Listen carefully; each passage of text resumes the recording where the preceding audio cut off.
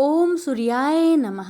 आप सभी भक्तों पर सूरज भगवान की कृपा सदा सर्वदा बनी रहे, यही हमारी प्रार्थना है। आज के इस वीडियो में आप सभी श्रवण करेंगे रविवार सूर्य नारायण की व्रत कथा। तो आइए अपने जीवन की मंगल कामना को करते हुए आज की इस दिव्य कथा का श्रवण करें। जय सूर्यदेव। एक था राजा, एक थी रानी। उनके पास सिपाही, घोड़े, दास दासियां, धन दौलत सब कुछ था, सिर्फ उन्हें संतान नहीं थी। इसी कारण राजा रानी बहुत ही दुखी रहते थे। संतान प्राप्ति के लिए उन्होंने हर तरह का दान धर्म, धार्मिक अनुष्ठान, जप मंत्र, व्रत, पूजा पाठ किए, लेकिन कोई फायदा नहीं हुआ। अब राजा रानी दोनों ही बुढ़ापे की ओर बढ़ते गए। बुढ़ापे की ओर जैसे ही बढ़ते गए वैसे ही दोनों गहन सोच में पड़ गए। ये सोचकर कि उनकी कोई संतान नहीं है तो फिर इतने बड़े राज्य का क्या होगा? कौन बनेगा इस राज्य का वारिस? कौन लेगा प्रजा की जिम्मेदारी? राजा रानी दिन रात इसी चिंता में रहने लगे। उन्हें तो अब खाना पीना भी अच्छी नहीं लगती। एक सुबह की बात है कि राजा के दरबार में एक साधु जी आए तो दासी रानी को इतला करती है। तब वह दासी से कहती है, यह मेरा अंतिम दान धर्म है, इसके बाद में अपने हाथों से कोई दान धर्म नहीं करूंगी। रानी चावल भरा छाछ हाथ में लेकर बाहर आती है और साधु की झोली में भिक्षा डालने के लिए आगे बढ़ती है तो उसके चेहरे पर छाई हुई चिंता साधु की दृष्टि में आती है। वह पूछते हैं, क्या बात है रानी साहिबा, क्या हुआ है? आप इतनी चिंतित और उदास क्यों है? तब रानी ने साधु महाराज को अपनी सारी व्यथा सुनाई और सिसकने लगती है।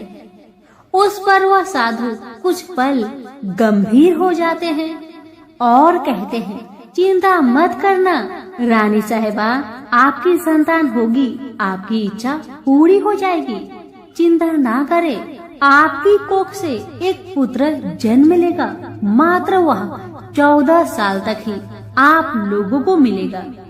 उसके आगे वह इस मृत्यु लोक में नहीं रह पाएगा। इससे बढ़कर आपको कुछ देना मेरे लिए संभव नहीं है।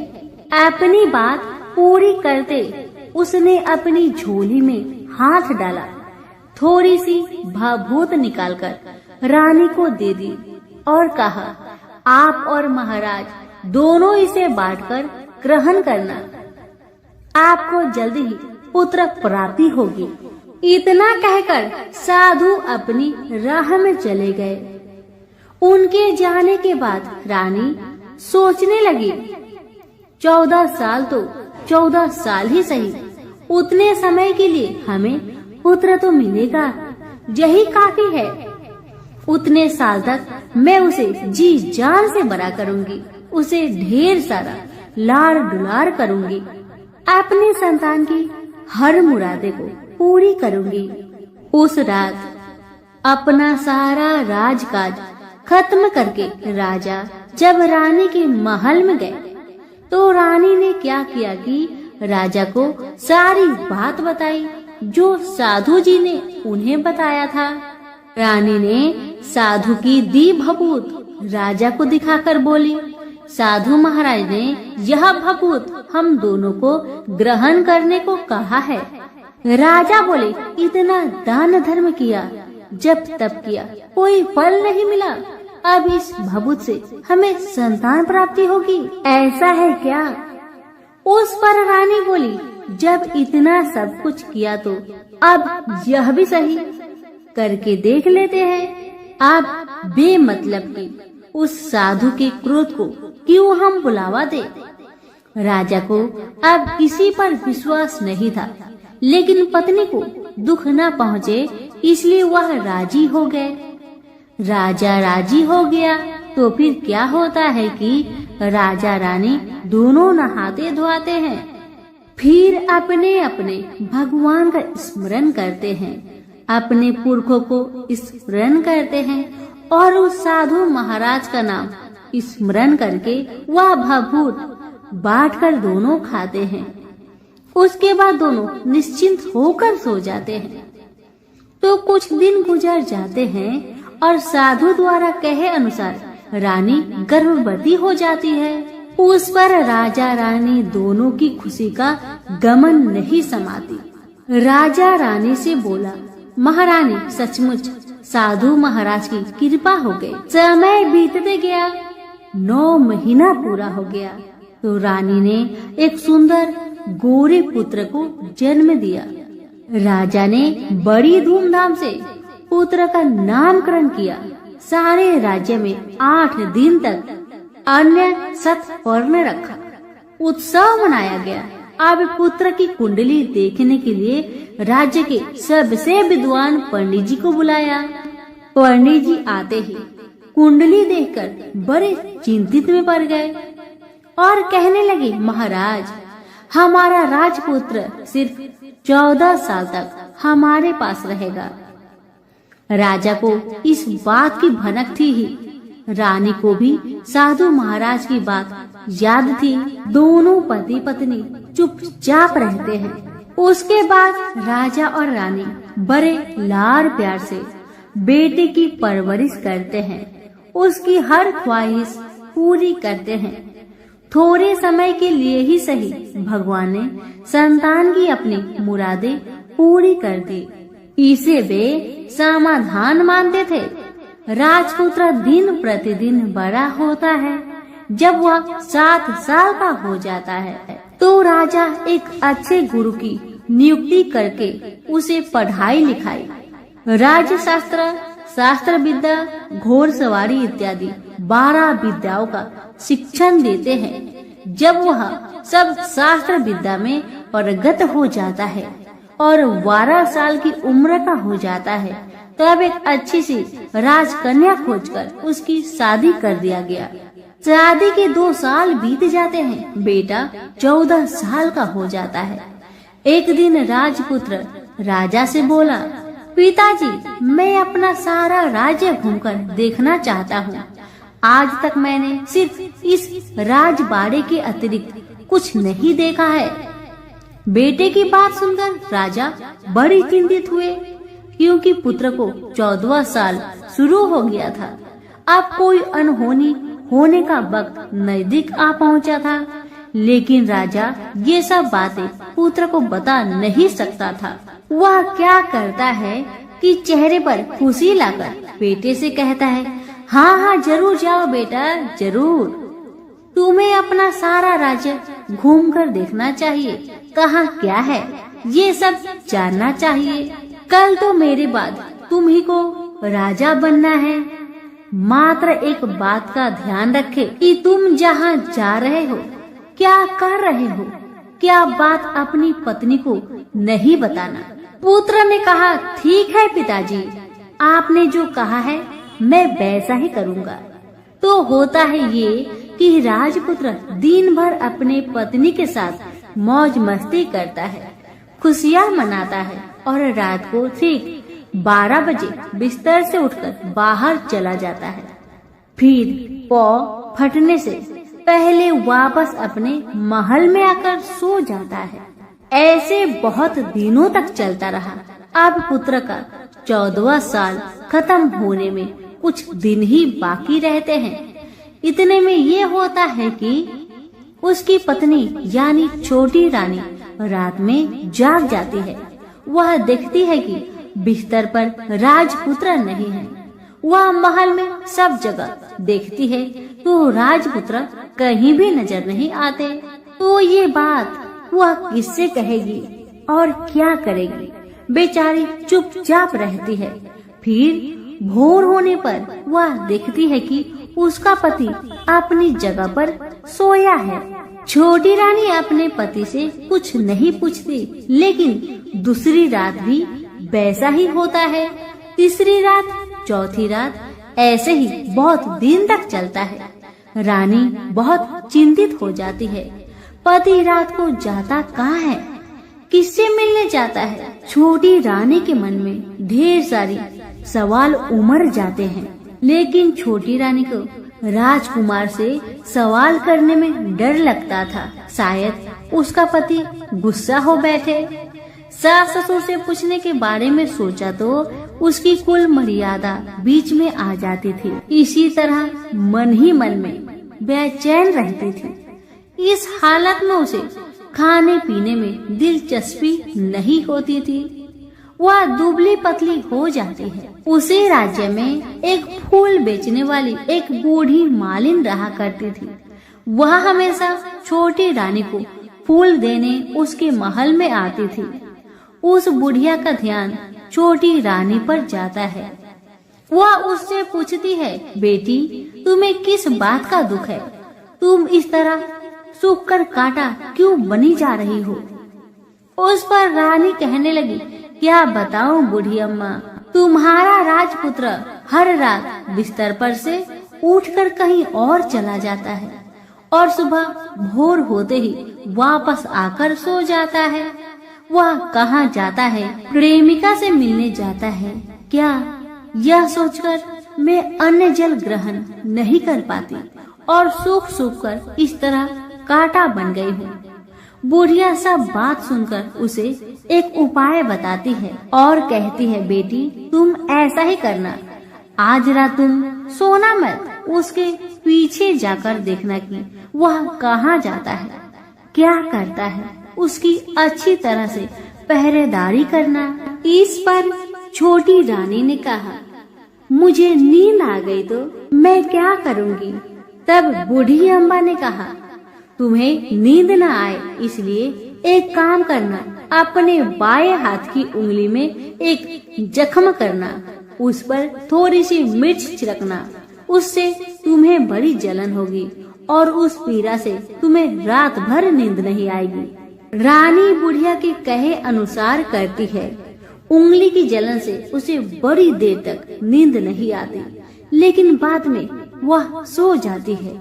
दूसरे दिन सुबह बुढ़िया फूल लेकर उसके महल में पहुंचती है और पूछती है, क्या हुआ बेटी, देख पाई क्या तुम्हारा पति कहाँ जाता है? रानी कहने लगी, नहीं अम्मा, पहले कुछ समय जलन के कारण मुझे नींद नहीं आई, पर कुछ देर पश्चात मैं सो गई थी। बुढ़िया कहने लगी, कोई बात नहीं, आज तुम उंगली पर पहले से थोड़ा ज्यादा जख्म करना और ज्यादा मिर्च लगाना। बूढ़ी अम्मा के कहे अनुसार छोटी रानी ने वैसा ही किया, परंतु वह सिर्फ पति के बिस्तर से उठकर बाहर निकलते वक्त जाग पाई थी। वह उसके पीछे नहीं जा सकी क्योंकि उसकी आंखें उस समय तक मुद गई थी। दूसरे दिन सुबह बूढ़ी अम्मा आई तो उसने पूछने से पहले ही छोटी रानी ने बूढ़ी अम्मा को रोककर कहा, अम्मा, मैं आज भी उनकी पहरेदारी ठीक तरह नहीं कर पाई। बुढ़िया कहती है, रोना नहीं बेटी, सब कुछ ठीक हो जाएगा। तुम आज रात जख्म और बड़ा करना और उस पर ज्यादा से ज्यादा मिर्च छिड़कना। और एक काम करना बेटी, वह जब जाने के लिए निकलता है तो उसका रास्ता रोकना। बुढ़िया ने जैसा बताया रानी ने वैसा ही किया। आज रात उसे नींद नहीं आती। अब जैसे ही रात के 12 बजे राजकुमार बिस्तर से उठकर जब महल से निकलने लगे तो बुढ़िया के कहे अनुसार रानी ने वैसा ही किया। दौड़कर जाकर अपने पति का रास्ता रोककर कहने लगी कि कहाँ जा रहे हो, किससे मिलने जा रहे हो, मुझे बताओ। राजपुत्र उसे समझाने की बहुत कोशिश करता है। देखो, अगर मैंने तुम्हें वह बताया तो मैं तुम्हें दोबारा नहीं मिल पाऊंगा। पत्नी कहने लगी, कोई बात नहीं, न मिल पाओ, लेकिन आप रात के समय कहाँ जाते हो ये मुझे पहले बताओ। अब राजपुत्र निरुपाय हो जाता है। पत्नी की जिद के आगे उसकी एक नहीं चल पाती। ठीक उसी समय उसका 14वां साल खत्म होकर 15वां साल लगने वाला था। जो होता है वह हो जाने दो, वह सोचता है। कुछ चावल मंत्रों से सिद्ध करके पत्नी को देकर कहता है, इन चावलों के दानों को दोनों हाथों की मुट्ठी में पकड़ना। पहले दाएं हाथ में पकड़े चावल मेरे ऊपर फेंकना। मैं कौन हूँ तुम्हें पता चल जाएगा। बाद में बाएं हाथ में पकड़े चावल मेरे ऊपर फेंकना। मैं जैसा था तुम्हें मिल जाऊंगा। लेकिन यदि तुम बाएं हाथ के चावल मेरे ऊपर फेंकना भूल गई तो मैं तुम्हें कभी नहीं मिल पाऊंगा। राजकुमारी ने कहा, मैं नहीं भूलूंगी। रानी बड़े आत्मविश्वास के साथ कहकर दाएं हाथ में पकड़े चावल पति के ऊपर फेंक दिया तो राजपुत्र एकदम एक विशाल घोड़ा बन जाता है। एकदम उद्यमा सफेद गर्दन पर लंबी आयल देखते देखते वह तेजी से दौड़ने लगता है। रानी उस घोड़े को एकदम आश्चर्य से देखने लगती है और पति ने बाएं हाथ के चावल फेंकने की जो बात कही थी वह भूल जाती है। उसकी आंखों के सामने घोड़ा महल से बाहर निकलकर चला गया। घोड़ा जो महल से बाहर गया तो वह वापस नहीं आया। अब रानी को बड़ा पश्चाताप हुआ। वह स्वयं को कोसने लगी, लेकिन अब कोई फायदा नहीं होने वाला था। राजपुत्र अब वापस नहीं आने वाला था। सुबह होते ही महाराजा महारानी को सब बात पता चली। उन्हें बहुत दुख हुआ। वे बिस्तर पकड़ते हैं और राह देखते हैं कि एक दिन उनका बेटा वापस आ जाए। इस तरह 1 महीना गुजरा, 2 महीने गुजरे, 3 महीने गुजरे, आखिर 6 महीने पूरे हुए।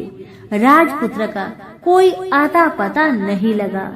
प्रधान राजपुत्र को ढूंढने के लिए राज्य के गांव-गांव सिपाही भेजा गया, लेकिन उन्हें कोई सफलता नहीं मिली। इधर रानी अपनी हठ के कारण पति गायब हो गया, यह सोचकर स्वयं को मन ही मन कोसती रही और प्रण लेती है कि कुछ भी करके पति को ढूंढ लाएगी और उसे वापस घर ले आएगी।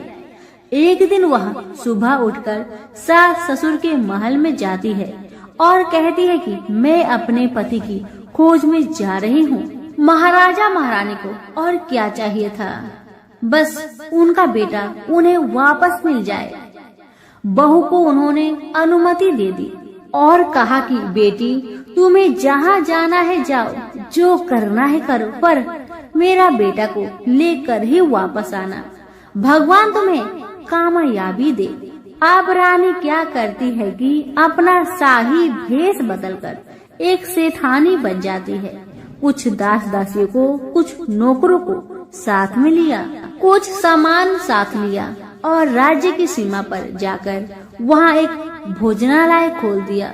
वह आने वाले सब यात्रियों को खाना मुफ्त में देने लगी। मात्र एक शर्त रखी कि खाने वालों को उसकी देखी कोई अजीब चीज उसकी मालकिन को यानी राजकन्या को बतानी पड़ेगी। तो वहाँ आने वाला हर नागरिक अपनी तरफ से मैंने यह देखा, मैंने वह देखा कहकर वहाँ से मुफ्त खाना खाकर जाता था। परंतु रानी को जो बात चाहिए थी वह अब तक किसी से नहीं मिली थी। ऐसे ही कुछ दिन बीत गया तो इधर होता है कि रानी के महल फूल लेकर जाने वाली बुढ़िया के एक बेटा और बहू थे। उनका एक छोटा बेटा था, यानी बुढ़िया का एक पोता था। बेटा और बहू सुबह काम के लिए निकलते थे तो पोते को संभालने की जिम्मेदारियां बुढ़िया पर रहती थी। बुढ़िया दिन भर पोते को संभालती थी। एक दिन होता है कि बुढ़िया को पान खाने की आदत थी, तो पान खाने के लिए चूना चाहिए था। बुढ़िया उसे तैयार करने के लिए सीपियां लेकर आई। इन सीपियों भूनने के लिए गोबर के कंडे चाहिए थे। कंडे इकट्ठा करने के लिए वह बांस की टोकरी लेकर चरवाहे के मैदान में गई। वहाँ बहुत सारे कंडे थे। उन्हें जमा करते करते उसे घर आने में अंधेरा हो गया। इस और शाम होते ही काम से वापस बेटा बहू घर पहुँचे तो देखा कि बच्चा घर पर अकेला है और रो रहा है। वे दोनों गुस्से से लाल पीले हो गए। इतने में बुढ़िया घर आ पहुँची। बेटा ने पूछा, पोते को घर पर अकेला छोड़कर तुम कहाँ गई थी? बुढ़िया बताने लगी कि मैं गोबर के कांडे इकट्ठा करने गई थी। इस पर बेटा बोला, दोबारा बच्चे को अकेला घर पर छोड़कर यदि कहीं गई तो मैं तुम्हें बहुत पीटूंगा। बुढ़िया कहने लगी, नहीं बेटा, फिर कभी ऐसा नहीं करूंगी। लेकिन दूसरे ही दिन बुढ़िया वह बात भूल गई और फिर चरवाहे के मैदान पर कंडे इकट्ठा करने चली गई। शाम को जब बेटा बहू काम से वापस लौटे तो देखते हैं कि बच्चा घर पर अकेला है और वह रो रहा है। अब उसके बेटे की सहन शक्ति खत्म होने लगी और बुढ़िया के वापस आने पर उसे घर से निकाल दिया। बुढ़िया रात भर घर के बाहर अंधेरे में बैठी रही और सुबह होते ही हाथ में टोकरी लेकर कंडे इकट्ठा करने के लिए निकल गई। उस दिन उस पर कंडे इकट्ठा करने का मानो पागलपन सवार था। कंडे इकट्ठा करते करते जब अंधेरा छा गया उसे मालूम ही नहीं चला। उसे जब ध्यान आया तो गांव का रास्ता भी ठीक तरह से दिखाई नहीं दे रहा था। वह अंधेरे में आंखें फाड़कर देखती है, किसी तरह आगे निकल पड़ी तो क्या होता है कि एक कपिला गाय छन छन की आवाज करते गले की घंटी बजाते ठुमुक ठुमुक कर उस मैदान पर आ गई। उसे देखकर बुढ़िया सोचने लगी कि इस गाय के पीछे पीछे जाऊंगी तो गांव तक पहुंच जाऊंगी। तब बुढ़िया उसके पीछे पीछे जाने लगी। वह गाय क्या करती है कि उस मैदान से लेकर एक एक करके 6 मैदान पार करती है। आखिर में वह 7वें मैदान पर पहुंचती है तो वहाँ क्या होता है कि उस मैदान पर एक बड़ा सा पत्थर है। गाय जाकर उस पत्थर को अपना सींग मारती है। सींग मारा तो वह पत्थर टूट गया और हट गया और पाताल में नीचे जाने की सीढ़ियां दिखाई देने लगी। तब वह गाय उन सीढ़ियों से नीचे जाने लगी। बुढ़िया वह सब देखती रही और झट जाकर गाय की पूंछ को पकड़ लिया। पूंछ पकड़कर वह गाय के साथ नीचे पाताल पहुंच गई। पाताल में पहुंचते ही तुरंत गाय की पूंछ छोड़ दी और इधर उधर देखने लगी।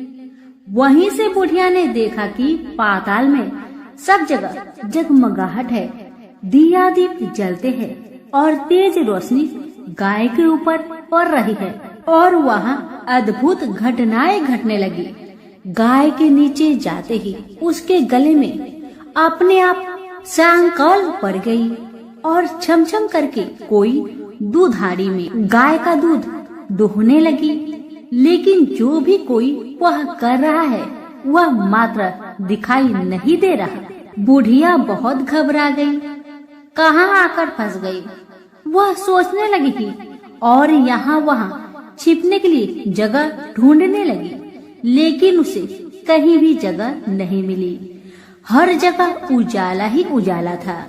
तो वह जो एक कोने में खड़ी रह गई और जो कुछ सामने हो रहा था उसे चुपचाप देख रही थी। कुछ पल के बाद वहाँ झट से एक उम्दा सफेद घोड़ा आया। वहाँ 2 कुंड थे। उसमें से एक कुंड में उस घोड़े ने छलांग लगाई और ऊपर आ गया। अब उसे राजपुत्र का रूप प्राप्त हो गया। राजपुत्र बनने के बाद उसने दूसरे कुंड के पानी में स्नान किया। वहाँ रखे नए कपड़े पहने। नजदीक ही एक सुंदर पलंग था, उस पर आकर बैठ गया। उसके सामने अपने आप 5 पकवानी की थाली आ गई, दूध की एक प्याली आ गई, 5 सुपारी आ गई। उसके सामने एक दिया जलता रहा। राजपुत्र ने खाना खाया, दूध पिया, पान सुपारी खाया और बिस्तर पर लेट जाने से पहले सूर्य देव का स्मरण करके सामने जलते हुए दिए से पूछा, दिए दिए दीप कर मेरे माता पिता क्या कर रहे हैं? दिया बताने लगा, बेटे के शोक में डूबे हैं। राज्य कौन संभाल रहा है? राज्य प्रधान संभालता है। मेरी पत्नी क्या करती है? दिया बोला, उसने चौराहे पर भोजनालय शुरू किया है और आते जाते लोगों से वह नई खबर के बारे में पूछती है। दिए के यह कहते ही राजपुत्र कहने लगा, ठीक है। उसके बाद वह सो गया। बुढ़िया कोने में खड़ी रहकर यह सब देखती रही। ऐसी अद्भुत घटना उसने जिंदगी में पहली बार देखी थी। उसे अंदर ही अंदर चुलबुलाहट होने लगी। वह अपनी भूख प्यास भूल गई और आगे क्या होता है कि उसे उत्सुकता से देखने लगती है। लेकिन उसके बाद और कुछ घटनाएं नहीं घटती। रात गुजर गई और सुबह हो गई। सुबह होने पर पलंग पर सोया राजपुत्र उठा और फिर से पहले वाले कुंड में छलांग लगाई तो वह फिर से घोड़ा बनकर कुंड से बाहर आ गया। बाहर आते ही वह तेजी से उस पाताल नगरी से बाहर निकल गया। लेकिन वह कहाँ गया, बुढ़िया को कुछ पता नहीं चला। उसके बाद पिछली रात की तरह कोई उस गाय का छमछम करके दूध दुहने लगा। जैसे ही दूध दुहाना खत्म हुआ, उसके गले की साकल अपने आप खुल गई और वह गाय तेजी से ऊपर जाने लगी, सीढ़ियाँ की ओर भागने लगी। गाय को दौड़ते देखकर बुढ़िया सोचने लगी, अब गाय के साथ यहाँ से ऊपर जाना ही समझदारी है, नहीं तो कोई मुसीबत आकर मेरे ऊपर टपक जाएगी। झट से उसने गाय की पूंछ पकड़ ली और गाय के साथ ऊपर आ गई। गाय जब ऊपर मैदान में पहुंची तो उस सुरंग का रास्ता अपने आप बंद हो गया और उसके मुख पर एक बड़ा सा पत्थर पूर्ववत खड़ा हो गया। ऊपर आकर वह गाय जंगल की ओर निकल गई तो इधर बुढ़िया एकदम बावली सी हो गई। उसने पाताल नगरी में जो कुछ देखा वह जल्दी से जल्दी किसी को बताने के लिए उतावली हो उठी। उसे एकदम याद आया है कि नगर की सीमा पर कोई औरत भोजनालय चलाती है और नई बात बताने वालों को अच्छा खाना पीना मुफ्त में देती है। वह सोचने लगी कि क्यों न मैं यह बात उस औरत को जाकर बताऊं। यदि उसे यह बात पसंद आ गई तो बाकी जीवन खाने पीने की झंझट से मुक्ति मिलेगी। बुढ़िया ने मन में तय किया और तुरंत उस भोजनालय के द्वार पर टंगे नगारे के सामने खड़ी हो गई और जोर जोर से नगारा बजाना शुरू किया। नगारे का इस तरह शोर सुनकर मालकिन यानी छोटी रानी मन से प्रसन्न हो जाती है कि शायद कोई बड़ी बात लेकर यहाँ आया है। रानी सिपाहियों को आदेश देती है, जाइए और जो कोई आया है उसकी अच्छी खातिरदारी कीजिए। आदेश पाते ही सिपाही नीचे दौड़ गए तो एक बुढ़िया नगारा बजा रही है। उन्होंने पूछा, क्यों रे बुढ़िया, क्या हुआ, क्यों नगारा बजा रही हो? बुढ़िया बोली, कुछ नहीं बेटा, यहाँ खाना मिलता है ना, इसलिए आई हूँ। बुढ़िया ने सिपाहियों से बोला, खाना मिलेगा? सिपाही बोले, हाँ मिलेगा, लेकिन तुझे कोई नई बात बतानी पड़ेगी। बुढ़िया बोली, हाँ बताऊंगी, एक बात मालूम है मुझे। इस पर सिपाही उसे अंदर लेकर आए। उनको मालकिन का आदेश था कि जो कोई बूढ़ा बुजुर्ग वहाँ आए उनके साथ अच्छी तरह पेश आना, उनका अच्छा आदर आतिथ्य करना। तो सिपाही ने इस बुढ़िया का भरपूर आदर आतिथ्य किया। उसे बड़ी सी थाली भरकर व्यंजन परोसते हैं। बुढ़िया कुछ दिनों से भूखी थी, वह खाने पर टूट पड़ी। खाना खाने के बाद सिपाही ने उसे नई साड़ी पहनने को दी। उसके बाद उसे लेकर रानी के पास आए। बुढ़िया और रानी ने तुरंत एक दूसरे को पहचान लिया। बुढ़िया बोली, बेटा तुम हो? और रानी बोली, बुढ़िया अम्मा आप है। बड़ी देर तक दोनों भली भांति की बातें करती रही। आखिर कुरवनी बुढ़िया से कहने लगी, अम्मा अब बताओ तुमने क्या बात नई देखी है। बुढ़िया बोली, मैंने कोई नई बात देखी नहीं है, वह तो मेरे पास तुम्हें देने के लिए खाने के लिए पैसे नहीं थे, इसलिए मैंने झूठ कहा और नगारा बजाया। रानी ने कहा, अम्मा घबराना नहीं, मैं किसी को तुम्हारा नाम नहीं बताऊंगी।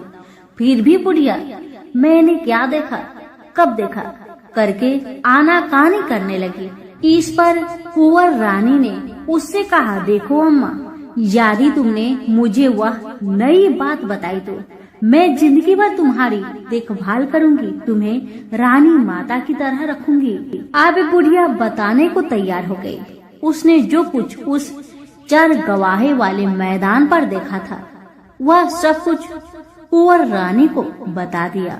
बुढ़िया की वे बात सुनकर कुंवर रानी को यकीन हो गया कि वह राजपुत्र उसी का पति है। वह तुरंत बुढ़िया से कहने लगी, अम्मा मुझे उस जगह पर ले चलो। तब बुढ़िया बोली, नहीं बेटी, वह पाताल राज्य है, साफ है, यदि किसी ने तुम्हें देख लिया तो तुम्हारी जान खतरे में पड़ सकती है। लेकिन रानी उसकी एक भी नहीं सुनती, उसे उस जगह ले जाने के लिए हठ करने लगी। आखिर में बुढ़िया ने उसका कहना मान लिया और कहने लगी, ठीक है, मैं तुम्हें वहाँ लेकर चलती हूँ, और आज नहीं कल वहाँ जाना है तो शाम को ही जाना होगा। तो दूसरे दिन दोपहर को रानी बुढ़िया के साथ उस मैदान पर गई और एक जगह छुपकर गाय की आने की राह देखने लगी। दिन ढलते ही अंधेरा घेरने लगा है और गाय हमेशा की तरह वहाँ आ गई। मैदान के उस कोने में जाकर उसने पत्थर पर सींग मारा तो झट से पत्थर हटकर वहाँ सुरंग में जाने का रास्ता खुल गया। गाय उस रास्ते से नीचे उतरने लगी तो बुढ़िया रानी से कहने लगी, जल्दी आगे बढ़ो बिटिया, हम गाय की पूंछ पकड़कर नीचे उतरेंगे। तो दोनों गाय की पूंछ पकड़कर नीचे उतर गई। बुढ़िया पहले जिस कोने में छिपी हुई थी उसी कोने में छिप गई। अब नीचे सब कुछ पहले जैसा घटित हो रहा था। गाय के गले में अपने आप साकल पड़ गई। कोई अदृश्य रूप से उसका दूध दोहने लगा।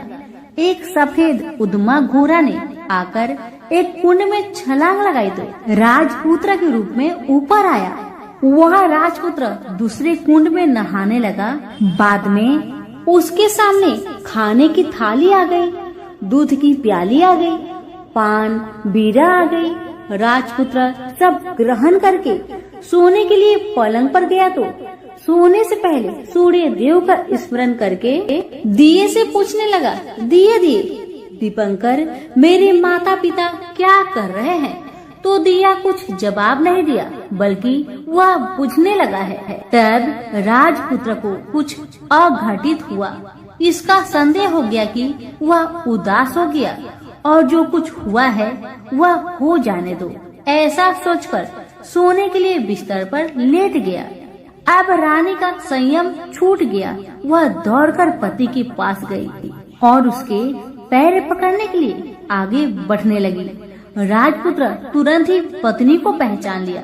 वह झट से पीछे हट गया और चिल्लाने लगा, नहीं नहीं, मुझे मत छूना, सर्वनाश हो जाएगा।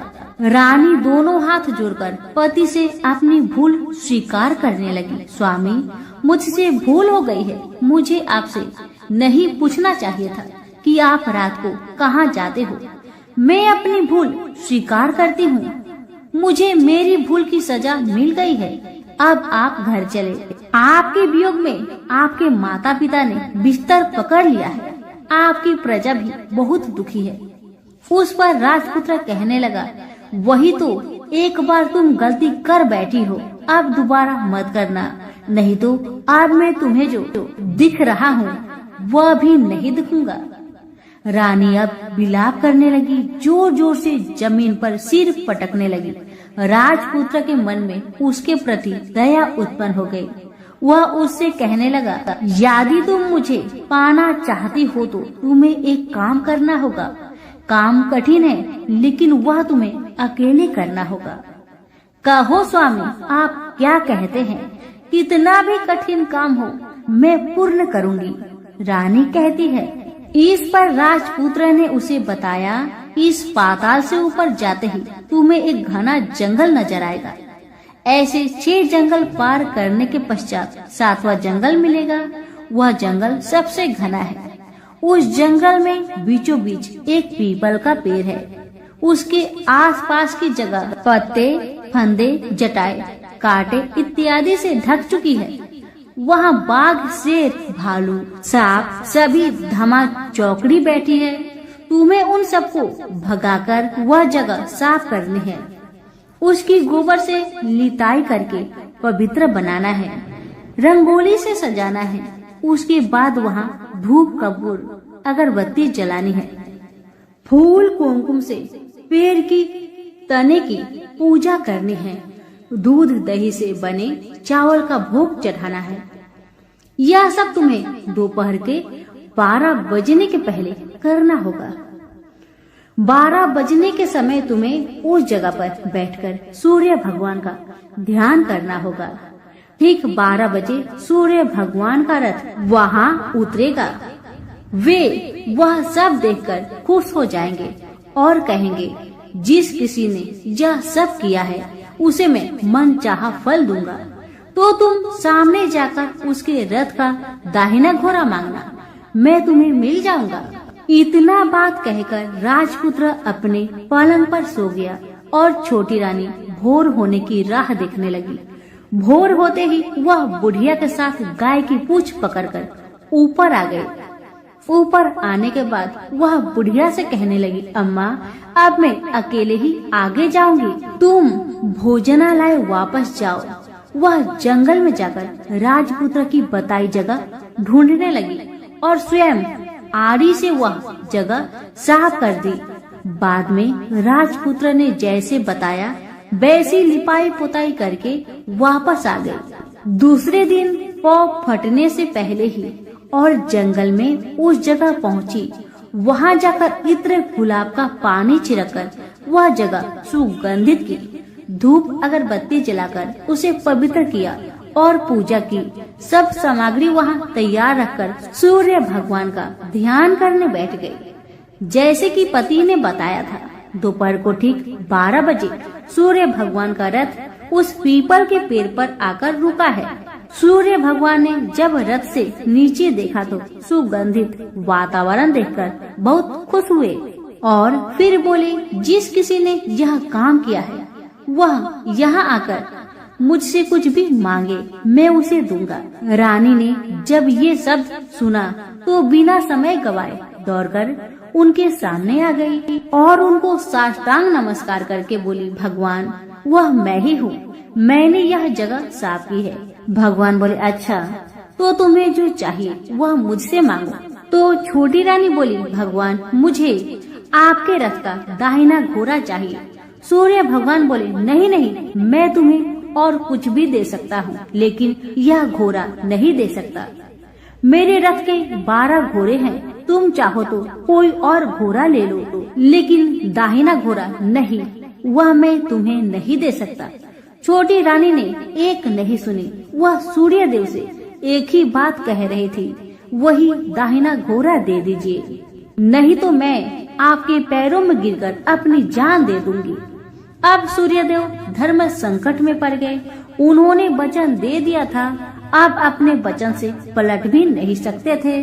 भगवान ने कहा, ठीक है, दे दिया तुम्हें घोड़ा। सूर्यदेव ने कहा, फिर एक बात और भी कही, देखो, मैंने तुम्हें घोड़ा तो दिया है, लेकिन वह तुम्हें यहाँ नहीं मिलेगा, तुम्हें उसे पाताल में जाकर लाना होगा। रानी बोली, पाताल में ही क्या भगवान, मैं उन्हें पाने के लिए कहीं भी जा सकती हूँ। रानी को वचन देकर सूर्यदेव अपने मार्ग से चले गए और इधर रानी जंगल से अपने भोजनालय में आ गई। फिर वह बुढ़िया को लेकर उस मैदान पर आ गई। जल्दी ही शाम हो गई। शाम होते ही वहाँ वह गाय आ गई और उसने सींग मारकर सुरंग का पत्थर हटाया तथा नीचे उतरने लगी। रानी और बुढ़िया जल्दी जल्दी उसकी पूंछ पकड़कर नीचे उतर गए। नीचे पाताल में सब घटनाएं पहले की तरह ही घटने लगी। घोड़े का एक कुंड में नहाकर राजपुत्र बन जाना, नहा धोकर पलंग पर जाकर बैठना, तो उसे खाने की थाली, दूध की प्याली आना, पान पीरा आना। लेकिन आज एक बात नई घटी।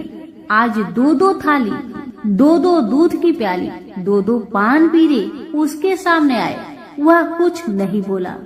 अपने हिस्से की थाली खाकर, दूध पीकर और पान पीरा चबाकर वह सोने चला गया और हमेशा की तरह दिए से पूछने लगा, दिए दिए दीपंकर, मेरे माता पिता कैसे हैं? दिया बताने लगा, वे दोनों तुम्हारे शोक में मरने की स्थिति में पहुंच गए हैं। राजकुमार ने कहा, ऐसा? झट से उसकी आंखों से आंसू टपकने लगे। फिर वह पूछने लगा, दिए दिए दीपंकर, मेरा राज्य कौन चला रहा है? दिया बोला, तुम्हारा राज्य प्रधान चला रहा है और वह सब कुछ हड़प चुका है। वह प्रजा पर बहुत अत्याचार कर रहा है। सुनकर राजपुत्र को बहुत गुस्सा आया। वह गुस्से से अपनी मुट्ठी भींचने लगा। अब वह पूछने लगा, दिए दिए दीपंकर, मेरी पत्नी क्या कर रही है? अब दिया कुछ नहीं बोला, चुपचाप रहा। अब रानी का संयम जवाब दे गया। वह दौड़कर पति के गले लग गई। अब मैं तुम्हें मिल गया, राजपुत्र कहने लगा। सच कहते हो, अब आप फिर से घोड़ा तो नहीं बनोगे ना? पत्नी ने कहा। पति ने कहा, नहीं, दोबारा घोड़ा नहीं बनूंगा मैं। तुमने जो इतने सारे कष्ट उठाए हैं मुझे पाने के लिए, इसलिए सूर्य देव ने मुझे सदा के लिए घोड़े के जन्म से मुक्त कर दिया है। राजपुत्र ने बड़े प्यार से कहा और उसे गले लगाया। उसके आंसू पोंछे। कुछ देर पश्चात भोर हो गई तो गाय की श्रृंखला टूटकर वह ऊपर भूलोक पर जाने लगी। रानी, राजपुत्र और बुढ़िया उसकी पूंछ पकड़कर ऊपर आ गए। ऊपर आने पर वे सीधे भोजनालय में पहुँचे। वहाँ का सब सामान लोगों में बांट दिया और उसको ताला लगाकर अपने राज्य में लौट गए। राजपुत्र वापस आता और उसके तेवर देखकर प्रधान घबरा गया। राजपुत्र ने उसे बंदी बनाकर कैद खाने में डाल दिया और राज्य की बागडोर अपने हाथ में ले ली। उसके बाद वह अपने माता पिता को मिलने उनके महल में गया। तब राजपुत्र क्या देखता है कि उसके माता पिता उसके शोक में सिर्फ पंजर बने हुए हैं। पुत्र को वापस आया देखकर मरणासन राजा रानी की आंखों से टप टप आंसू बहने लगे। इन दोनों ने पुत्र को गले लगाया, उसे प्यार से सहलाया। इतना होने के बाद उनके सेहत में एकदम सुधार आने लगा। वे अब बिस्तर से उठकर बैठ गए, पुत्र को आशीष देने लगे। राजपुत्र के आने की खबर तुरंत राज्य भर में फैल गई। प्रजा खुशी से फूली नहीं समाई। प्रजाजन राजमहल के सामने इकट्ठे हो गए। राजपुत्र ने भी उन्हें दर्शन दिए और आज से उन्हें कोई दुख नहीं पहुंचाएगा, ऐसा वचन भी दिया। अब राजा अपने पुत्र का राज्य अभिषेक करके उसे सिंहासन पर बैठाता है और बहू को महारानी का दर्जा देता है और स्वयं अपनी पत्नी के साथ ईश्वर स्मरण करते हुए खुशी से दिन बिताता है। महाराज बना राजपुत्र अच्छी तरह से राज्य चलाने लगा और अपनी पत्नी के साथ सुख शांति से जीवन बिताने लगा। उस बुढ़िया को रानी ने अपने ही पास रख लिया, उसकी अच्छी तरह से देखभाल करने लगी। बुढ़िया और उसके बुढ़ापे के दिन खुशी से गुजरने लगे। तो प्रेम से बोलिए, सूर्य भगवान की जय हो। प्राचीन काल में एक बुढ़िया रहती थी। वह नियमित रूप से रविवार का व्रत करती थी। रविवार के दिन सूर्योदय होने से पहले ही उठकर बुढ़िया स्नान आदि से निवृत्त होकर आंगन को गोबर से लीपकर स्वच्छ करती और उसके बाद सूर्य भगवान की पूजा करते हुए रविवार व्रत कथा सुनकर सूर्य भगवान को भोग लगाकर दिन में एक समय भोजन करती थी। सूर्य भगवान की अनुकंपा से बुढ़िया को किसी प्रकार की चिंता एवं कष्ट नहीं था। धीरे धीरे उसका घर धन्य धान्य से भर रहा था। अब होता है ये कि उस बुढ़िया को सुखी होते देख उसकी पड़ोसन उससे जलने लगी। बुढ़िया ने कोई गाय नहीं पाल रखी थी, अतः वह बुढ़िया पड़ोसन के आंगन में बंधी गाय का गोबर लाती थी। पड़ोसन ने अपने दिमाग लगाकर कुछ सोचकर उसने अपनी गाय को घर के भीतर ही बांध दिया। रविवार को बूढ़ी माई को गोबर ना मिलने से वह अपना आंगन नहीं लीप सके। आंगन ना लीप पाने के कारण उस बुढ़िया ने सूर्य भगवान को भी भोग नहीं लगाया और उस दिन खुद भी भोजन नहीं किया। सूर्यास्त होने पर बुढ़िया भूखी प्यासी सो गई। रात में भगवान ने उन्हें सपना दिया और भोजन ना बनाने और भोग ना लगाने का कारण पूछा तो बुढ़िया ने कहा भगवान को कि गोबर ना मिलने के कारण वो भोजन नहीं बना सकी। तब भगवान ने कहा कि माता, हम तुमको एक ऐसी गौ देते हैं जिससे सभी इच्छाएं पूरी होती है, क्योंकि तुम हमेशा रविवार को गोबर से लीप कर भोजन बनाती हो और भोग लगाकर ही खुद भोजन करती हो। इससे मैं खुश होकर तुम्हें वरदान देता हूँ। सपने में भगवान का यह वरदान पाकर जब बुढ़िया की आँख खुली तो देखा कि आंगन में एक अति सुंदर गौ और बछड़ा बंधे हुए हैं। गाय और बछड़े को देखकर वह खुश हो जाती है और घर के बाहर बांध देती है और खाने को चारा डाल देती है। जब पड़ोसन ने वृद्धा के घर के बाहर अति सुंदर गौ और बछड़े को देखा तो देश भावना से प्रेरित होकर उसका हृदय जल उठा। और जब उसने देखा कि गाय ने सोने का गोबर दिया है तो वो गाय का सोने का गोबर ले गई और अपनी गाय के गोबर उसकी जगह रख दिया। रोजाना वह ऐसा करती रही और सीधी साधी बुढ़िया को कानों कान इसकी खबर तक ना होने दी।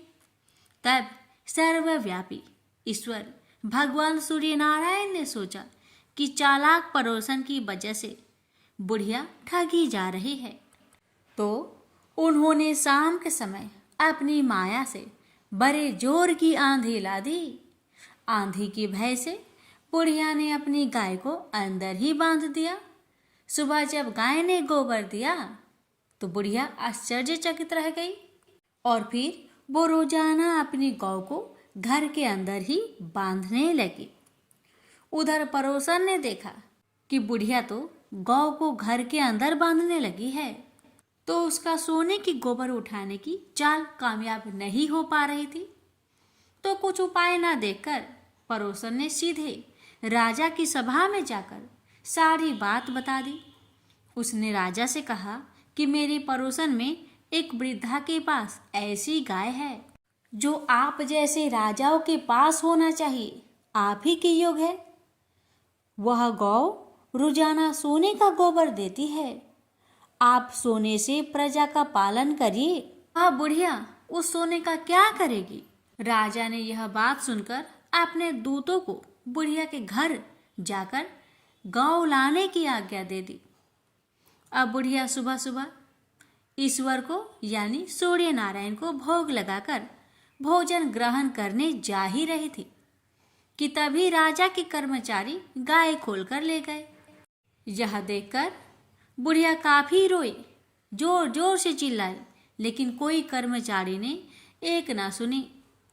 उस दिन फिर वृद्धा गौ के वियोग में भोजन ना कर सकी और रात भर रो रो कर सूर्य नारायण से गाय को पुनः पाने की प्रार्थना करती रही। वहीं दूसरी ओर राजा गौ को देखकर बहुत प्रसन्न हुआ और सुबह ही जैसे वह उठा सारा महल गोबर से भरा दिखाई देने लगा। राजा यह देखकर घबरा गया। भगवान ने राजा को सपने में कहा था कि हे राजा, गाय बुढ़िया को लौटा देने में ही तेरी भलाई है। रविवार के व्रत से प्रसन्न होकर मैंने ही उसे यह गाय दी थी। सुबह होते ही राजा ने बुढ़िया को बुलाकर बहुत सारे धन के साथ सम्मान सहित गौ और बछड़ा लौटा दिया। इसके साथ ही पड़ोसन को भी बुलाकर उचित दंड भी दिया।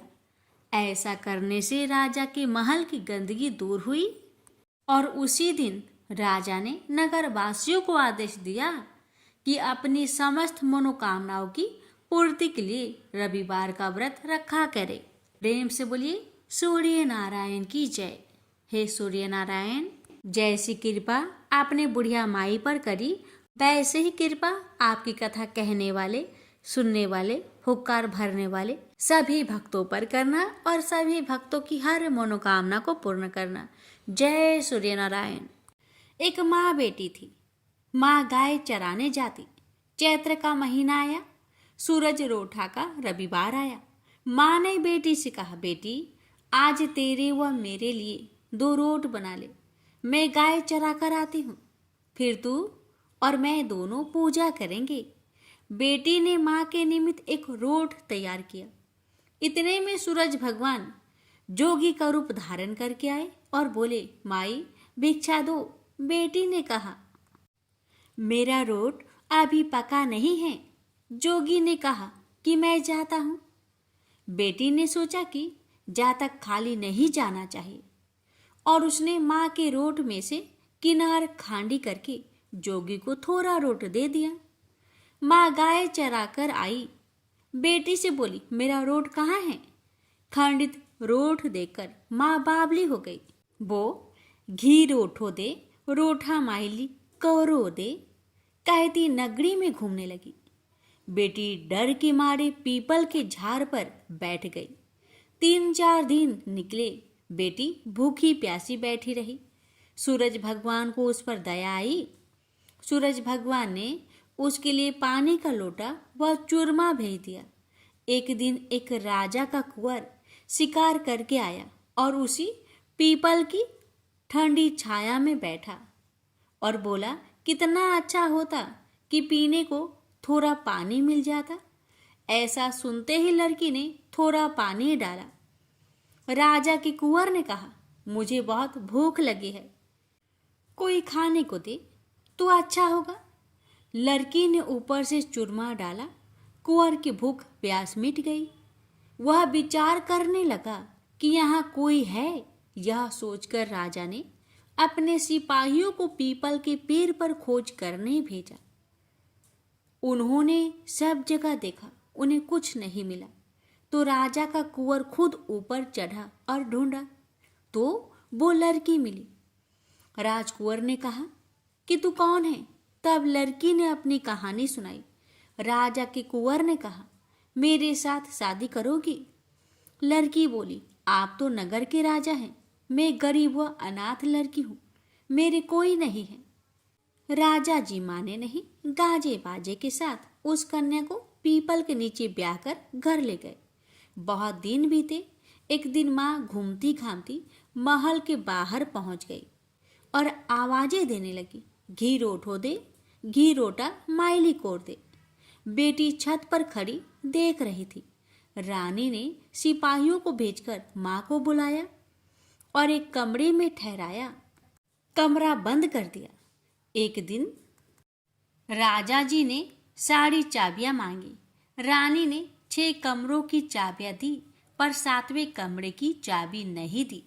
राजा ने जीत करके 7वें कमरे की चाबी लाकर 7वां कमरा खोला तो आगे सोने की शिला देखी। राजा ने रानी से पूछा, ये क्या है? रानी ने कहा, ये मेरे पीहर की भेंट है।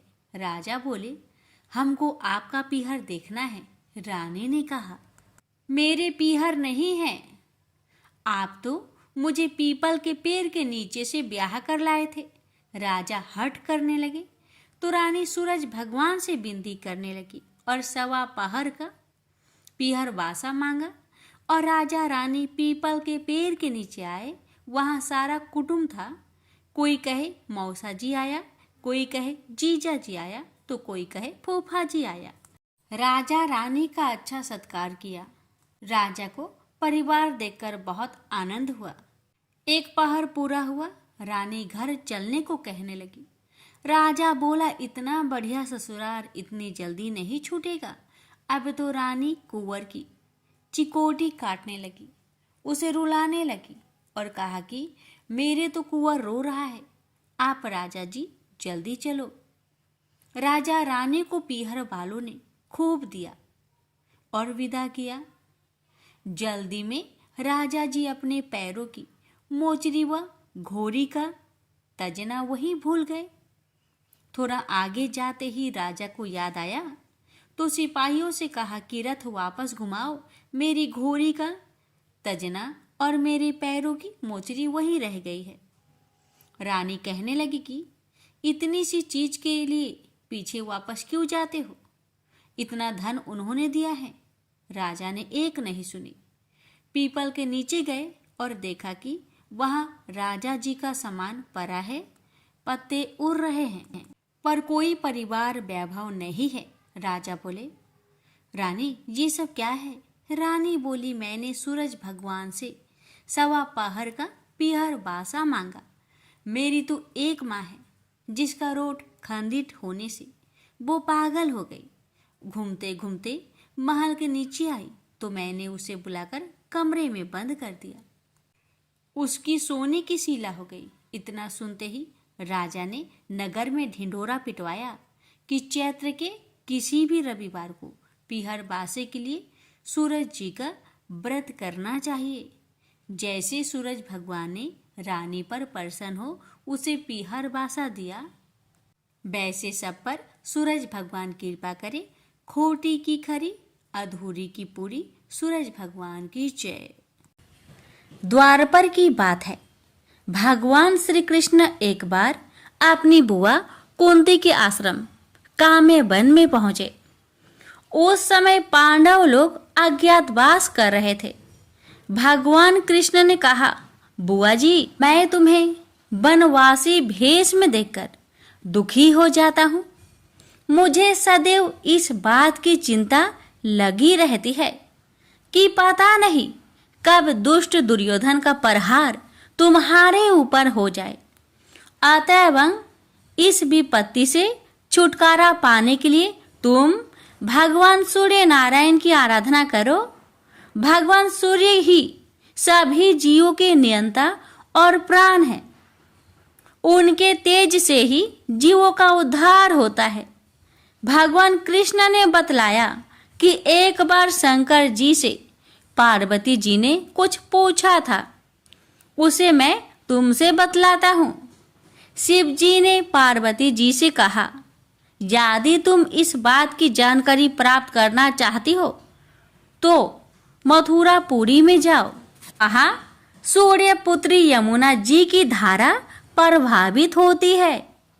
यमुना के तट पर ऋषि, महर्षि, मुनि आदि निरंतर तपस्यारत रहते हैं। भगवान रुद्र की आज्ञा से पार्वती जी कालिंदी यमुना तट को चल पड़ी। कुछ ही दूर जाने पर उन्हें रास्ते में रोती बिलखती एक स्त्री दिखाई पड़ी।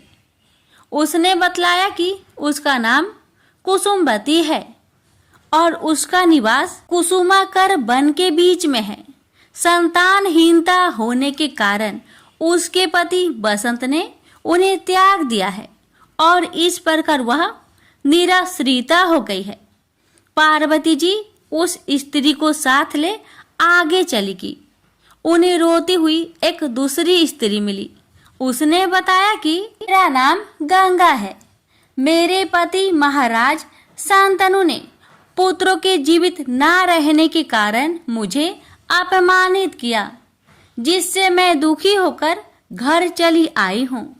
इसी प्रकार थोड़ी दूर जाने पर मधुबन में माधवी नाम की एक स्त्री और मिली, जो पति के वैभव का नाश होने के कारण घर से निकाल दी गई थी।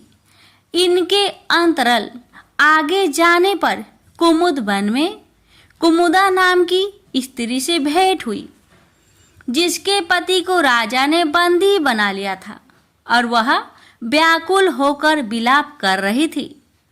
उन सभी स्त्रियों को साथ लेकर पार्वती जी यमुना तट पर जा पहुंची। उस तट पर पूजन उत्सव देखकर पार्वती जी ने ऋषि पत्नियों से पूछा कि यह किस देव की आराधना हो रही है, इस पूजन का विधान और फल क्या है। उनकी बात सुनकर एक ऋषि पत्नी ने कहा, यह जगत पिता सूर्य नारायण का व्रत है और सभी मनोरथों को पूर्ण करने वाला है। इस व्रत को करके प्रत्येक नर नारी अभीष्ट सिद्धि प्राप्त होती है। तुम्हारी भी यदि कोई वांछा हो तो इस व्रत को करके प्राप्त करो। ऋषि पत्नियों से ऐसी बात सुनकर पार्वती जी अत्यंत प्रसन्न हुई और उस व्रत के विधान का फल को जानकर शिव जी के पास लौट आई। पार्वती जी ने इस व्रत को करके विघ्न नाशक गणेश जी जैसे पुत्र को प्राप्त किया। प्रेम से बोलिए सूर्य नारायण की जय। अटपट नगरी का एक गरीब ब्राह्मण लकड़ियों और घास के लिए हर रोज जंगल में जाया करता था। एक दिन उसने वहां वन देवियों को सूरज भगवान की पूजा करते हुए देखा। सूर्य नारायण के आह्वान का उनका अनुष्ठान अनूठा था। ब्राह्मण ने साहस जुटाकर उनसे पूछा कि ये क्या कर रहे हैं आप लोग। तब उन्होंने उत्तर दिया, यह सूर्य नारायण का अनुष्ठान है। ब्राह्मण ने कहा, मुझे भी इसकी विधि बताइए। तब वन देवियों ने कहा, नहीं, यह बहुत शक्तिशाली अनुष्ठान है। यदि हम तुम्हें सिखा देंगे तो संभवतः तुम अहंकारी हो जाओगे और इसे विधि पूर्वक न करोगे। ब्राह्मण ने वचन दिया, नहीं नहीं, मैं ऐसा बिल्कुल नहीं करूंगा। मैं विनम्रता पूर्वक संपूर्ण विधि का भली भांति पालन करूंगा। तब वन देवियों ने कहा, उसे अनुष्ठान की विधि समझाई कि रविवार को चंदन सार से सूर्य नारायण का चित्र बनाकर उसे पुष्प और फल अर्पित करे। उसके बाद 6 महीने तक हर रविवार को वह ऐसा ही करे। फिर उसके अगले 6 महीने गरीबों को दान करे। ब्राह्मण घर गया और रविवार से अनुष्ठान प्रारंभ कर दिया। उसके अनुष्ठान से सूरज भगवान बहुत प्रसन्न हुए। धन धान्य से ब्राह्मण का घर भर गया। उसे बहुत प्रसिद्धि प्राप्त हुई। एक दिन रानी ने उसे बुलवाया। राजमहल में जाते समय भय से उसकी टांगे कांप रही थी। रानी ने उसे बैठने को आसन दिया और सहृदयता से कहने लगी, डरने की कोई बात नहीं है। हमने आपको इसलिए बुलाया है कि हम चाहते हैं आप अपनी बेटियां हमें दे दे। ब्राह्मण सिसकते हुए कहा, मेरी बेटियां बहुत तंगी में बड़ी हुई है। राजवंश में उनके साथ चाकरों के समान आप व्यवहार करेंगी। रानी ने उसे आश्वस्त किया कि नहीं नहीं, ऐसी बात नहीं है, आप चिंता न करें, उनके साथ राजसी व्यवहार किया जाएगा। एक का राजा से विवाह होगा और दूसरी का मंत्री से होगा। ब्राह्मण ने खुशी खुशी रानी का प्रस्ताव स्वीकार कर लिया। शीघ्र ही विवाह हो गए और ब्राह्मण की बिटिया ससुराल चली गई। पूरे 12 बरस ब्राह्मण उनसे मिलने नहीं आया। वह अपने काम और काज में और अनुष्ठान में व्यस्त रहता था। अंततः 12 बरस बाद उसने बेटियों से मिलने की सोची। पहले वह बड़ी बेटी के पास गया। बड़ी बेटी राजा से ब्याही थी। बेटी ने पिता को रत्न जड़ित चौकी पर बिठाया। सुगंधित जल से उनके हाथ पैर धुलवाए और मिठाई परोसी। ब्राह्मण ने कहा, जलपान से पहले तुम मेरी कथा सुनोगी? पर बेटी ने कहा, नहीं बाबा, आज मुझे अवकाश नहीं। महाराज अखेट के लिए प्रस्थान करने वाले हैं। मुझे उनके खाने की व्यवस्था करनी होगी। ब्राह्मण को उसका व्यवहार बहुत अशिष्ट लगा। वह क्रोध होकर वहां से चल पड़ा। ब्राह्मण वहां से छोटी बेटी के पास गया जो कि मंत्री से ब्याही गई थी। बेटी पिता को देखकर बहुत प्रसन्न हुई। बेटी ने उसे नक्काशीदार चौकी पर बिठाया। सुगंधित जल से हाथ पांव धुलवाए और उनके खाने के लिए मिठाई लेकर आई। ब्राह्मण ने कहा, बेटी, जलपान से पहले तुम्हें मेरी कथा सुननी होगी। बेटी ने कहा, हाँ अवश्य बाबा, कथा सुनकर मुझे प्रसन्नता होगी। यह कहकर वह घर के भीतर जाकर 6 मोती लेकर आई। 3 मोती पिता के हाथ पर रखे और 3 अपने हाथ में रखे। यह कथा ब्राह्मण ने आज से पहले किसी को नहीं सुनाई थी। उसने बेटी को बताया कि कैसे वह वन देवियों से मिला और कैसे उन्होंने उसे सूर्य नारायण का अनुष्ठान पूजन विधि बताया। बेटी ने एक एक शब्द को बड़े ध्यान से सुना। फिर ब्राह्मण ने मुदित मन से जलपान ग्रहण किया और घर लौट आया। पंडिताइन ने बेटी की कुशल क्षेम पूछी। ब्राह्मण ने उसे सारी बातें बताई और कहा कि बड़ी वाली मेरी बेटी ने मेरी कथा नहीं सुनी, उसे इसका फल भुगतना पड़ेगा। और वही हुआ। उसका पति सेना लेकर दूसरे राज्य पर आक्रमण करने गया था और वापस नहीं लौटा, पर दूसरी बेटी ने उसकी कथा सुनी थी, सो वह सुखी थी। उसकी समृद्धि दिनों दिन बढ़ती गई। दुर्भाग्य से बड़ी बेटी का पिंड नहीं छोड़ा। उसके लिए एक एक दिन काटना दूभर हो गया था। एक दिन उसने अपने बड़े बेटे से कहा, घर में कुछ नहीं है, अपनी मौसी के पास जाओ और कोई उपहार लेकर आओ, वह जो दे घर ले आना। अगले रविवार को राजकुमार मौसी के घर गया। वहां वह तालाब पर गया और स्नान करने आई औरतों से पूछा, तुम किसके यहाँ काम करती हो? उन्होंने उत्तर दिया, हम मंत्री की पत्नी की दासियां हैं। राजकुमार ने कहा, अपनी मालकिन से जाकर कहो कि उनकी बहन का बेटा आया है। ये भी कह देना कि उसके कपड़े फटे हुए हैं, इसलिए वो उसे पिछले दरवाजे से महल के भीतर आने दे। दासिया उसे पिछले दरवाजे से भीतर ले गई। मौसी ने उसके नहाने के लिए सुवासित जल रखवाया, पहनने को नए कपड़े दिए और राजसी भोज करवाया। फिर उसने बेटे को मोहरों से भरा हुआ कद्दू दिया। वह चलने लगा तो मौसी ने कहा, इसे संभाल कर ले जाना, कहीं खोना मत। पर रास्ते में सूर्य भगवान ने माली के भेष धारण करके मोहर से भरा हुआ कद्दू चुरा लिया। वह घर पहुंचा तो माँ ने उससे पूछा कि मौसी ने तुम्हें क्या दिया?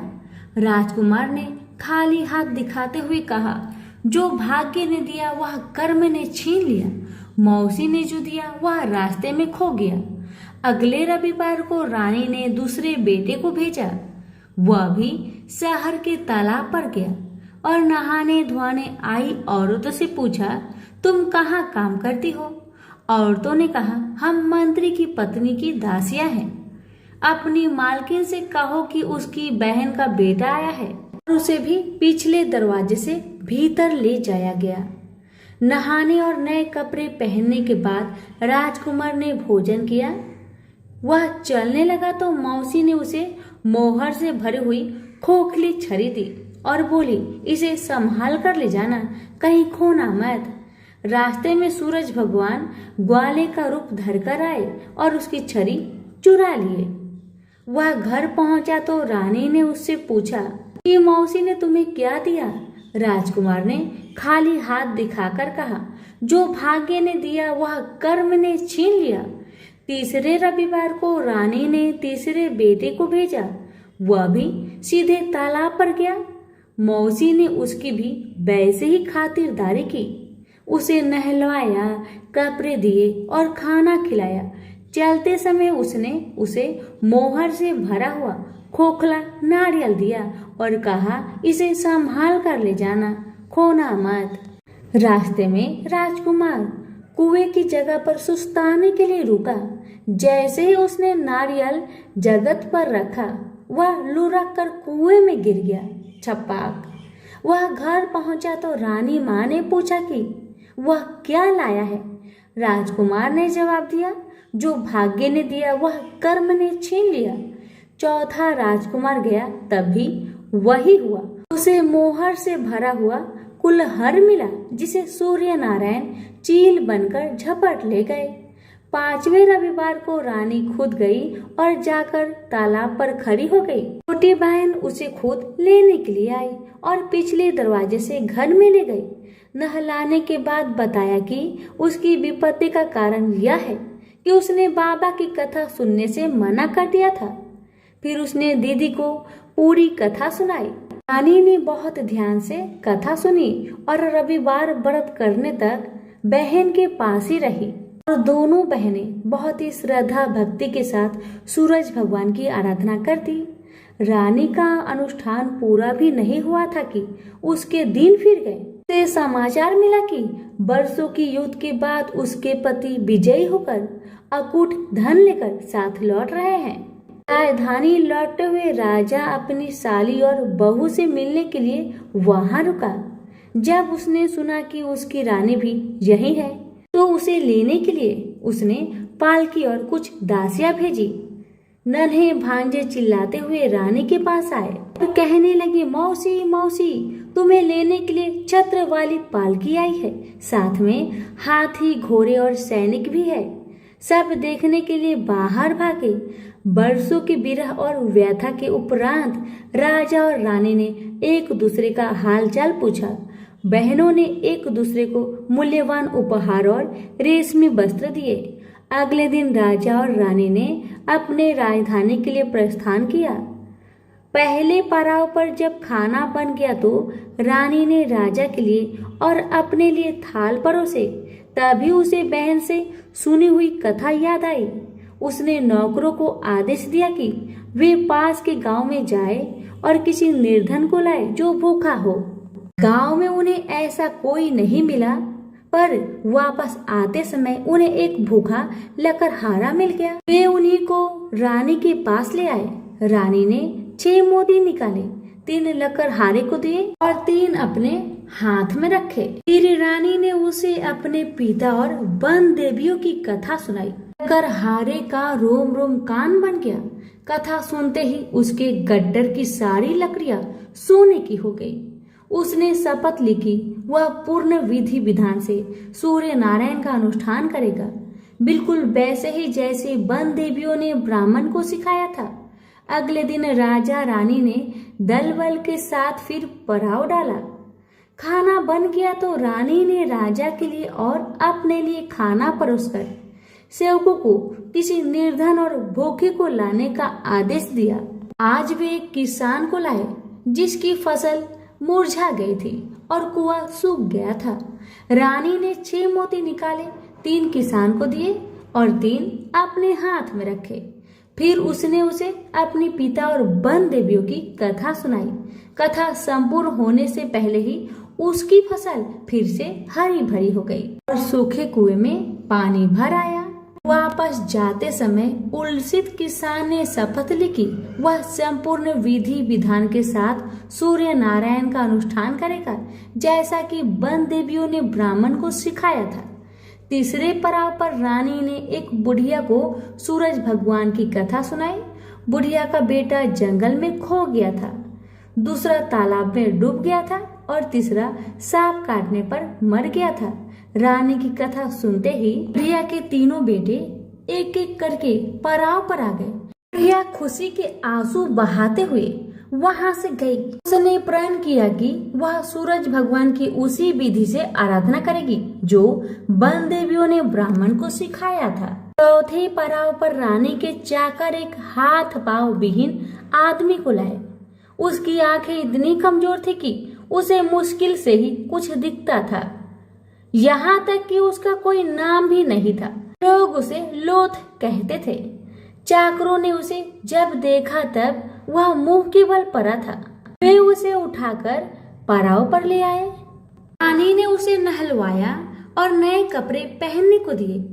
फिर उसने 6 मोती निकाले, 3 लोथ के पेट पर रखे और 3 अपने हाथ में रखे। फिर उसने उसे अपने पिता और वन देवियों की कथा सुनाई। अपाहिज आदमी ने पूरा श्रद्धा से कथा को सुना। कथा सुनते ही उसके हाथ पैर निकल आए और इसके आंखों की ज्योत भी लौट आई। वो भी जाते समय अति प्रसन्न होकर गया। उसने शपथ लिया कि वह सूर्य नारायण की विधि पूर्वक आराधना करेगा, जैसे कि वन देवियों ने ब्राह्मण को बताया था। अगले दिन राजा और रानी अपनी राजधानी पहुंच गए। वे महल में भोजन करने के लिए बैठे तो सूरज भगवान स्वयं प्रकट हुए और उनके साथ भोजन करने की मनसा दर्शाई। राजन ने महल के सारे दरवाजे खुलवा दिए और अनेकानेक उत्कृष्ट व्यंजन बनाने का आदेश दिया। प्रत्येक पकवान को 6 अलग अलग खुशबुओं के साथ परोसा गया। सूर्य नारायण और राजा खाने के लिए बैठे। सूर्य नारायण को पहले कौर में ही एक लंबा वाल दिखा। वह क्रोधित होकर चिल्लाए, यह किस अधम स्त्री का वाल है? रानी भय से पीली पड़ गई। उसे याद आया कि अपनी विपत्ति के 12 वर्षों में वह उल्टे के नीचे बैठकर कंघी किया करती थी। संभवतः वह उसी का बाल है। वह सूरज भगवान के पैरों में गिर पड़ी, पर सूरज भगवान ने उसे माफ नहीं किया। अंततः रानी ने मोटी मोटी कंबल ओढ़ी, उल्टी में से एक एक लकड़ी निकाली और उस लकड़ी और बाल को शहर के बाहर ले जाकर अपने बाएं कंधे के ऊपर से फेंका। तब कहीं सूर्य नारायण का क्रोध शांत हुआ और उन्होंने भोजन ग्रहण किया। ब्राह्मण, राजा, रानी, उनके बच्चे, मंत्री की पत्नी, लकड़हारा, किसान, बुढ़िया और वह आदमी जिसे लोथ कहा जाता था, सभी को सूर्य नारायण की अनुकंपा से लंबी आयु मिली। जब तक वो जिए सुख से जिए। तो सभी प्रेम से बोलिए सूर्य नारायण की जय। कथा अच्छी लगे तो दूसरों को शेयर करना ना भूले। धन्यवाद।